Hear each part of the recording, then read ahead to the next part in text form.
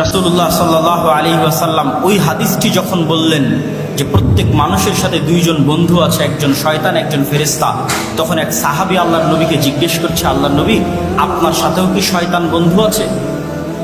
এটি খুবই আশ্চর্যজনক একটি হাদিস। এখান থেকে আমাদের আজকের আলোচনা শুরু হবে। তখন রাসূলুল্লাহ সাল্লাল্লাহু আলাইহি ওয়াসাল্লাম বলছেন, হ্যাঁ, আমার সাথেও শয়তান আছে, তবে আমার শয়তান ইসলাম গ্রহণ করেছে, বা শাব্দিক অর্থ বললে আত্মসমর্পণ করেছে, সারেন্ডার করেছে। ইসলাম শব্দের শাব্দিক অর্থ কিন্তু আত্মসমর্পণ করা, সারেন্ডার করা। তাহলে আল্লাহর নবীর সাথে শয়তান আছে, কিন্তু তার শয়তান আত্মসমর্পণ করেছে, সারেন্ডার করেছে। এখন প্রশ্ন, আমাদের সাথে যে শয়তান আছে সে কিভাবে আত্মসমর্পণ করবে, সে কিভাবে সারেন্ডার করবে? শাহ ওলিউল্লাহ মুহাদ্দিস দেহলভী তার হুজ্জাতুল্লাহিল বালেগার মধ্যে লিখছেন, এই হাদিসকে সামনে রেখে তিনি আলোচনা করছেন যে মানুষের অন্তরে সবসময় দুটো গ্রুপের লড়াই চলে, রূহে রব্বানি আর নফসে শয়তান। মানুষের যে রুহের জগতে ছিল, সেই রূহ আল্লাহকে মানার ওয়াদা করেই পৃথিবীতে এসেছে।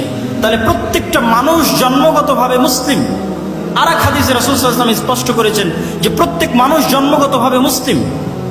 তাহলে রূহে রব্বানি, যেই রূহে রব্বানির মাধ্যমে ফেরেশতা ইলহাম দেয় আপনার অন্তরে ভালো কাজে, আর নফসে শয়তানি, যার মাধ্যমে শয়তান ওয়াসওয়াসা দেয় মন্দ কাজের, এই দুটার যুদ্ধ সবসময় চলতে থাকে। এখন মানুষ তার স্বভাব চরিত্র দিয়ে, তার কাজ দিয়ে কোনটাকে তার অন্তরে বিজয়ী করবে আর কোনটাকে তার অন্তরে পরাজিত করবে, সেটির সিদ্ধান্ত মানুষের। একটা হচ্ছে রূহে রব্বানি, যার মাধ্যমে ফেরেশতা কাজ করে, নফসে শয়তানি, যার মাধ্যমে শয়তান কাজ করে। আপনি যদি নফসে শয়তানিকে পরাজিত করতে চান, তাহলে ফেরেশতাকে জিততে দিতে হবে। ফেরেশতাকে জিততে দেন, অটোমেটিক শয়তান আপনার অন্তরে সংকুচিত হয়ে যাবে, পরাজিত হয়ে যাবে। ফেরেশতাকে জিততে দিবেন কিভাবে? আপনাকে আরেকটা ইসলামের মৌলিক শিক্ষা বলে যাই। সবসময় দেখবেন রাসূল সাল্লাল্লাহু আলাইহি ওয়াসাল্লাম এবং আল্লাহ সুবহানাহু ওয়া তাআলা ফেরেশতা আর শয়তানকে পরস্পরের মুখোমুখি করে দাঁড় করিয়েছে। লা তাদখুলুল মালাইকাতু ফি বাইতিন, ওই বাড়িতে রহমতের ফেরেশতা প্রবেশ করে না যেই বাড়িতে ছবি মূর্তি আছে, যেই বাড়িতে কুকুর আছে। তাহলে কি দাঁড়ালো? ফেরেশতারা কি সবসময়, ফেরেশতারা হচ্ছে লা ইয়ামাসসুহু ইল্লাল মুতাহহারুন, ফেরেশতারা সবসময় পবিত্র থাকে। তাহলে কি দাঁড়ালো? ফেরেশতা ছবি মূর্তি পছন্দ করে না, ফেরেশতা কুকুর পছন্দ করে না, ফেরেশতা সবসময় পবিত্র থাকে।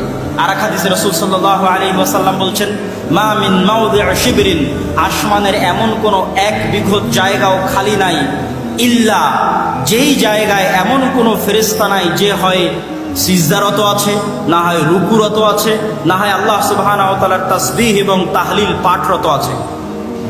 সুবহানাল্লাহি বিহামদিহি সুবহানাল্লাহিল আযীম, আল্লাহ সুবহানাহু ওয়া তাআলার বড়ত্ব এবং মহত্ব বর্ণনা করা অবস্থায় আছে।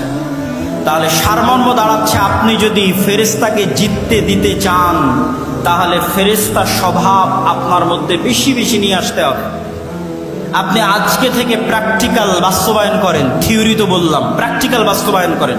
আপনি এখন থেকে উঠে গিয়ে কোনো সময় অপবিত্র হবেন না, কেননা ফেরেশতা অপবিত্র নয়, পবিত্র। যখনই আপনার অজু ভাঙবে তখনই অজু করবেন, যখনই ফরজ গোসল হবে তখনই গোসল করবেন, তথা আপনি সবসময় পবিত্র থাকতেছেন।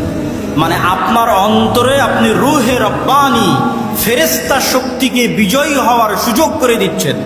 আর আপনার অন্তরে অটোমেটিক শয়তান তখন সংকুচিত হয়ে যাবে, পলাতক এবং পরাজিত হয়ে যাবে। ওই যে আল্লাহর নবী বলল, আমার শয়তান আত্মসমর্পণ করেছে, আপনার শয়তান আত্মসমর্পণ করবে।